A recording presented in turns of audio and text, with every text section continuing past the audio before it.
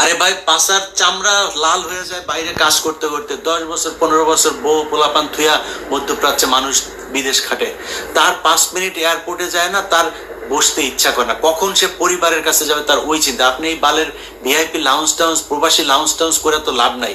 তাদের জন্য দরকার ছিল 5 লাখ টাকা লাগে সৌদিতে যাইতে, ইন্ডিয়া থেকে যেতে লাগে 70,000। আমার দেশ থেকে কেন 70,000 টাকা একজন মানুষ সৌদিতে যেতে পারবে না? এটা তার দরকার। একজন মানুষ বিদেশ যেতে চায়, তার পাসপোর্ট করতে কি কি সমস্যা হয় সেই সমস্যার সমাধান করেন। তার বিদেশ যেতে লোন দরকার, যেটা শ্রীলঙ্কা, নেপাল এসব দেশগুলো করে, তার লোনের ব্যবস্থা করেন, বিদেশ পাঠানোর ব্যবস্থা করেন, মানুষ কাজ করে আপনাকে টাকা দিবে। এই প্রবাসীদের ব্যাপক অবদান আছে, সেই মানুষগুলির পাশে আপনারা এখন পর্যন্ত দাঁড়াইতে পারেন নাই। অতএব মানে বটম লাইন হচ্ছে, এই সরকার একটা ব্যর্থ সরকার, কিচ্ছু করতে পারেন নাই। সব